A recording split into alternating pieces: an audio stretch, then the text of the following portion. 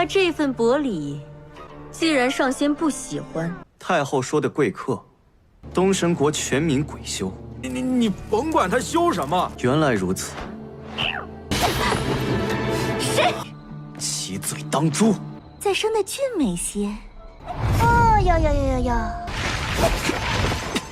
红月，婢女永远侍奉你。 Halo guys, balik lagi bersama Mimin from Zero. Di video kali ini Mimin bakalan kembali melanjutkan alur cerita Donghua berjudul Swallowing the Heavens episode ke-11 ya. Seperti biasa sebelum masuk ke recap ceritanya, buat kalian yang menonton video ini tapi belum subscribe, tolong di subscribe dulu ya guys. Dan jangan lupa nyalain lonceng biar nggak ketinggalan update terbaru dari channel From Zero. Playlist untuk Donghua ini juga udah tersedia bagi kalian yang baru aja bergabung dan belum nonton episode sebelumnya ya. Ya udah deh, nggak usah berlama-lama lagi, langsung saja kita ke recap ceritanya guys.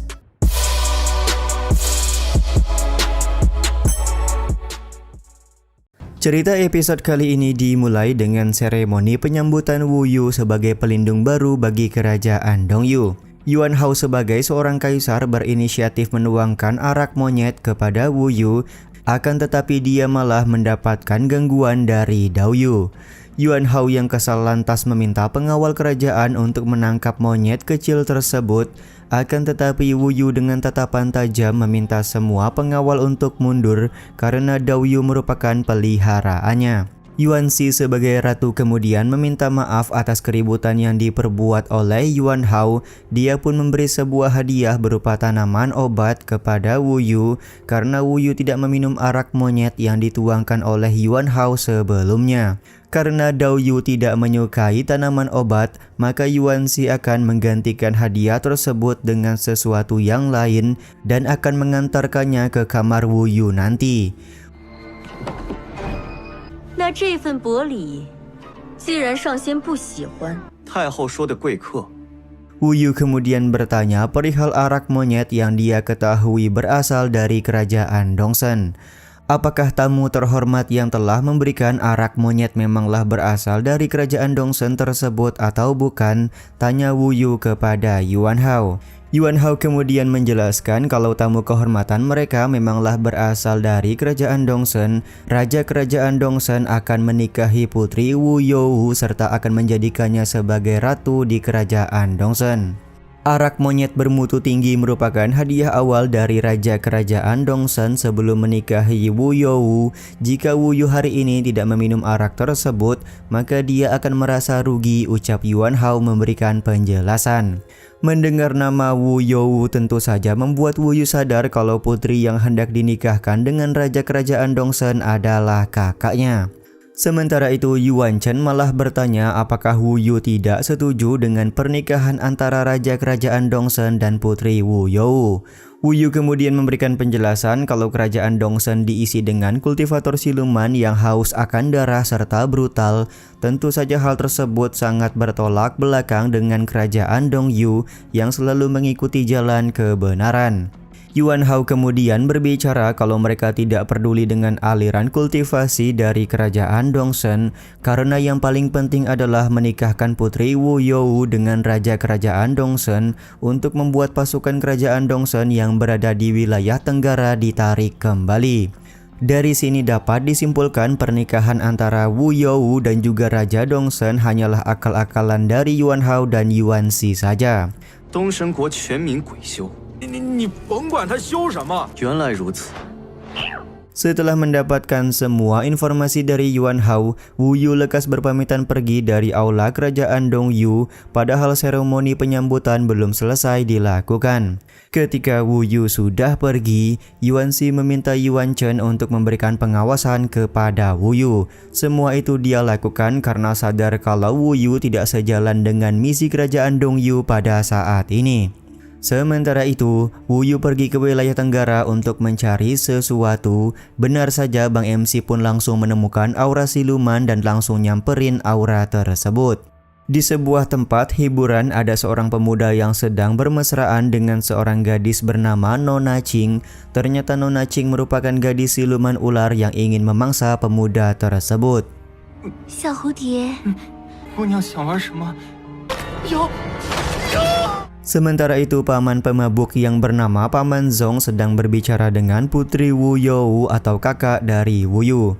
Wu You bisa mengerti kenapa Paman Zong bisa sangat marah kepada Yuan Hao, ya dikarenakan Paman Zong pernah berjuang bersama dengan Wu Yu sebelumnya. Ternyata Wu You sedang berkunjung ke sebuah kuil usang yang dimana kuil ini dijadikan tempat pengobatan kepada masyarakat kerajaan Dongyu yang tidak mampu. 多去几家药铺问问。这苦命孩子就有救。哎呦，我的小公主！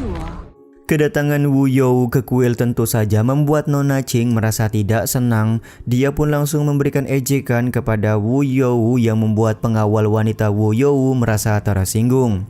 Tanpa keraguan, Nona Qing langsung menyerang pengawal wanita dari Wu You dan langsung menanyakan apakah orang-orang yang sedang mengungsi di dalam kuil merupakan orang-orang yang berasal dari wilayah Tenggara. 怎么又跑到这破庙来了呀？迷城，你该不会？ Nona Qing meminta penjelasan kepada Wu You kenapa orang-orang tersebut malah dibawa ke tempat ini tanpa seizin dari Yuan Shi.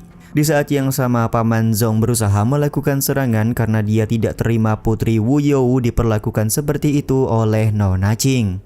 Tapi karena Paman Zong tidak punya kemampuan hebat, maka dia pun tidak bisa berbuat apa-apa di hadapan Nona Qing. 姐姐保证不通报太后。住手！爸，还敢背着太后？ Karena Wu You sudah membawa pergi pengungsi tanpa seizin dari Yuan Shi, maka Nona Qing akan memberikan hukuman kepadanya malam ini. Ketika Nona Qing hendak melakukan serangan, Wu Yu datang di waktu yang tepat untuk menghadang serangan tersebut. Kedatangan Wu Yu tentu saja membuat Nona Qing sadar kalau Wu Yu merupakan pelindung baru kerajaan Dongyu dari sekte Pedang Tong Tian. Wu Yu pun berucap kalau kejahatan yang menyakiti orang lain harus segera diberantas. Nona Qing mengakui kalau Wu Yu punya aura yang begitu kuat, tapi dia lebih tertarik lagi jika Wu Yu membuka topengnya dan menunjukkan identitas asli. Dengan begitu Nona Qing akan merasa puas karena bisa melahap Wu Yu tanpa adanya sebuah topeng. 七嘴当猪。 再生的俊美些。哦，要。 Minglong pun kemudian berbicara untuk memberikan ejekan karena Nona Qing sepertinya ingin berciuman dengan Bang MC kita. Kepercayaan diri terlihat di wajah Nona Qing karena dia merasa ranah Wu Yu hanya berada di penempaan tubuh tingkat 9, sementara dirinya berada di penempaan tubuh tingkat 10. Ketika Wu Yu sedang melakukan perbekuhan taman, Dao Ye memberikan bantuan dengan melempari Nona Qing menggunakan batu kerikil.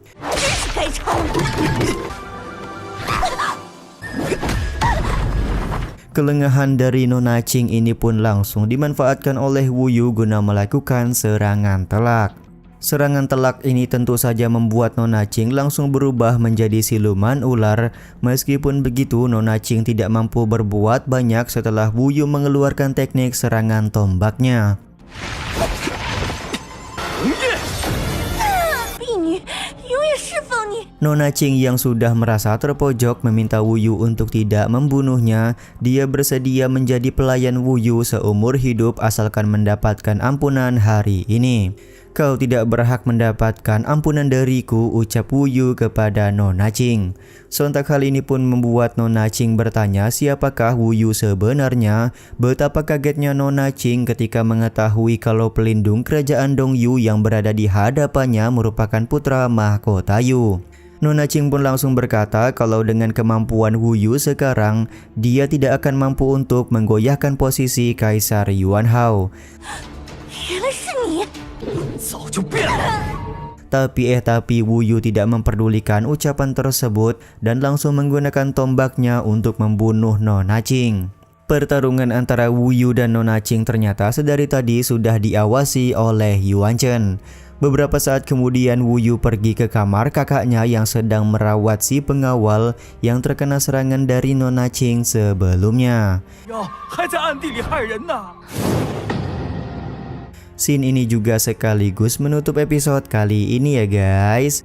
Ya udah deh, sampai di sini dulu aja video kali ini. Mohon maaf jika masih banyak kekurangan dan kesalahan dalam penyampaian kata-kata ya. Terima kasih untuk kalian yang udah pada nonton dan jangan lupa subscribe serta nyalain loncengnya ya guys. Mimin selaku penulis narasi, tukang voice over dan tukang edit video pamit undur diri. Salam hangat, see you in the next video. Bye bye guys, see you next week.